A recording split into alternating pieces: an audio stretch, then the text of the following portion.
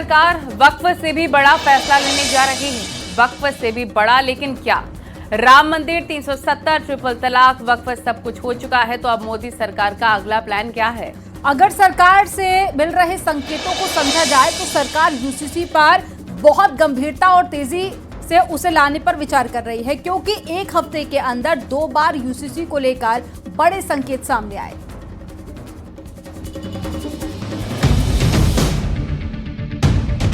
जिस civil code को हम लेकर के जी रहे हैं, वो सिविल कोड सचमुच में तो एक प्रकार का कम्युनल सिविल कोड है, भेदभाव करने वाला सिविल कोड।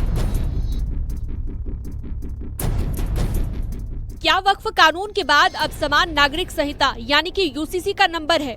ये सवाल इसलिए क्योंकि एक हफ्ते के अंदर 2 बार यूसीसी को लेकर बड़े संकेत सामने आए हैं। पहले 14 अप्रैल को खुद प्रधानमंत्री नरेंद्र मोदी ने हरियाणा के हिसार में एक सभा के दौरान यूसीसी को देश के लिए जरूरी बताया। तो वहीं ठीक एक हफ्ते के बाद बीजेपी ने एक वीडियो जारी किया है, जिसमें मोदी 3.0 की उपलब्धियों को बताया गया है। वीडियो में साफ संकेत दिए गए हैं कि मोदी सरकार का अगला कदम यूनिफॉर्म सिविल कोड हो सकता है।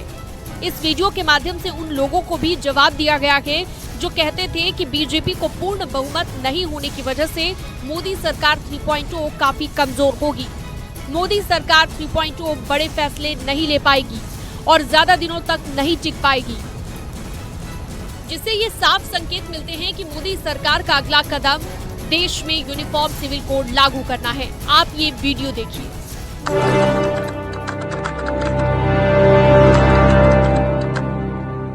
जैसे राहुल गांधी जी ने कहा कि हम खुद बैठेंगे जब भी हमें मौका मिले सरकार का। मोदी जी को एक तो मैंडेट नहीं है और माइनॉरिटी गवर्नमेंट है, ये गवर्नमेंट कभी भी गिर सकती है। This is not going to be a stable government. Everybody knows that.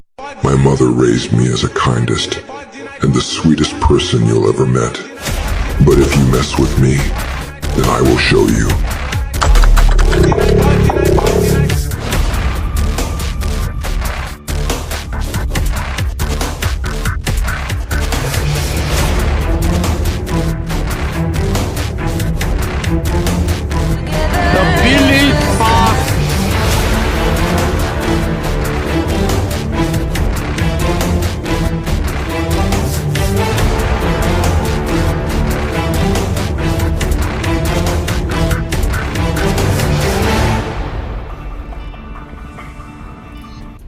प्रधानमंत्री नरेंद्र मोदी के बारे में अक्सर कहा जाता है कि वो चौंकाने वाले फैसले करते हैं। तो क्या 14 अप्रैल 2024 को पीएम मोदी ने हरियाणा के हिसार में सभा को संबोधित करते हुए यूसीसी को लेकर कांग्रेस पार्टी पर जो हमला बोला, उसे एक संकेत माना जाना चाहिए? संविधान की भावना है कि सबके लिए एक जैसी नागरिक संहिता हो, जिसे मैं कहता हूं सेक्युलर सिविल कोड। बीजेपी ने लोगों के सामने अपने 3 बड़े एजेंडे रखे थे, जिसमें से जम्मू कश्मीर से धारा 370 को 2019 में बीजेपी ने पूरा किया था। दूसरा, अयोध्या में राम मंदिर का निर्माण, जिसे 2024 में बीजेपी ने पूरा किया। और अब बारी है तीसरे एजेंडे की, समान नागरिक संहिता यूसीसी, जिसकी तैयारी अब शुरू हो चुकी है। Bureau report, news 18। Samajwadi party को रामजीलाल सुमन नाम का ऐसा नायाब हीरा मिल गया है, जिसके सहारे समाजवादी पार्टी 2027 के विधानसभा चुनाव में अपनी नई पारी खेलना चाहती है। जिस तरह से समाजवादी पार्टी लगातार रामजीलाल सुमन का बचाव कर रही है, इससे स्पष्ट है ये संग्राम अभी जारी रहेगा।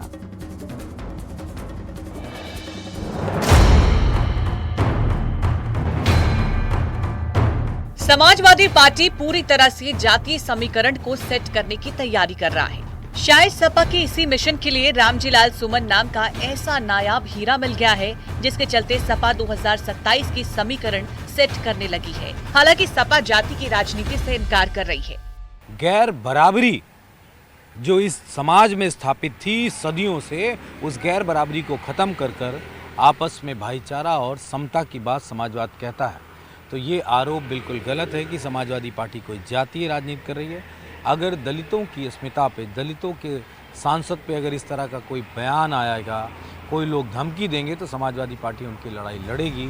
समाजवादी पार्टी पीडीए के फॉर्मूले पर चलकर दलित वोट बैंक को साध रही है। अजय राय का कहना है कि कांग्रेस हमेशा दलितों के साथ रही है। कांग्रेस लगातार दलितों के साथ खड़ी रही है, आज नहीं, शुरू से उठाकर आप देख लेंगे, कोई नई बात नहीं हमारे लिए। जगजीवन राम जी से लेकर और उनकी पुत्री से लेकर मीरा कुमार जी से सबको हमने सम्मान दिया है। उत्तर प्रदेश से लेकर हर जगह दलित हमारे साथ खड़ा है, दलित हमारे साथ आ रहा है। सपा को 2024 के नतीजों जैसा 2027 की आस लग रही है, इसलिए सपा जातीय समीकरण की तैयारी में है। एक नैरेटिव क्रिएट कर रहे हैं और चूंकि इस समय पीडीए को लेके लोकसभा चुनाव में सपा को फायदा हुआ था, कांग्रेस को भी उसका बेनिफिट मिला, तो अखिलेश इसी मुद्दे को ज्यादा आक्रामक तरीके से जनता के बीच ले जा रहे हैं। अब समाजवादी पार्टी को इस रणनीति का कितना फायदा होगा, ये वक्त ही बताएगा। ऐसे में समाजवादी पार्टी इस बार नया प्रयोग दलित वोट बैंक पर कर रहा है, यानी रामजीलाल सुमन को मुख्य भूमिका में रखते हुए समाजवादी पार्टी 2027 के चुनाव में जाना चाहती है। कैमरा पर्सन उपेंद्र के साथ अलाउद्दीन, न्यूज़ 18 लखनऊ। विधानसभा चुनाव से पहले आरएसएस ने यूपी में अपने कदमों को बढ़ा लिया है। मोहन भागवत लगातार यूपी के दौरे कर रहे हैं और इसी बीच अलीगढ़ में मोहन भागवत ने एक मंदिर, एक कुआं और एक शमशान का मंत्र दिया है।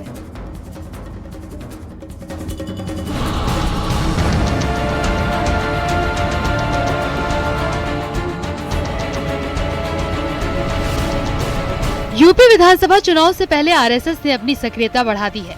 मोहन भागवत पिछले 10 दिनों से यूपी के दौरे पर हैं, तो वहीं दत्तात्रेय होश बोले भी लखनऊ में डेरा डाले हुए हैं। अलीगढ़ में मोहन भागवत ने कहा कि समाज समरसता को मूर्त रूप देने के लिए एक मंदिर, एक कुआं, एक शमशान का सिद्धांत होना चाहिए। आरएसएस प्रमुख के बयान पर मंत्री असीम अरुण ने कहा कि खुशी है कि समय सीमा निश्चित हो। काम इस पे भारतीय जनता पार्टी विचार परिवार लंबे समय से कर रहा है, लेकिन अब मुझे इस बात की बहुत खुशी है, संतुष्टि है।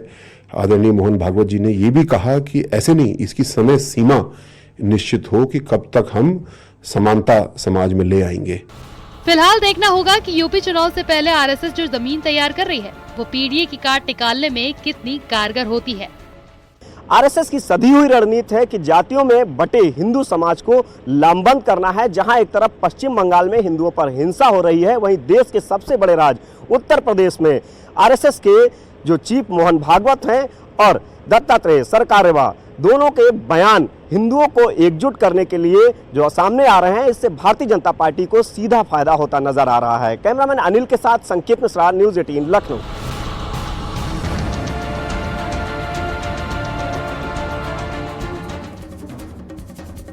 विदेश में राहुल गांधी ने एक बार फिर से चुनाव आयोग पर सवाल उठाया, जिसके बाद में सियासत हाई हो गई। और इस बार राहुल गांधी ने महाराष्ट्र के चुनाव परिणाम का जिक्र किया तो बीजेपी ने पलटवार भी किया है।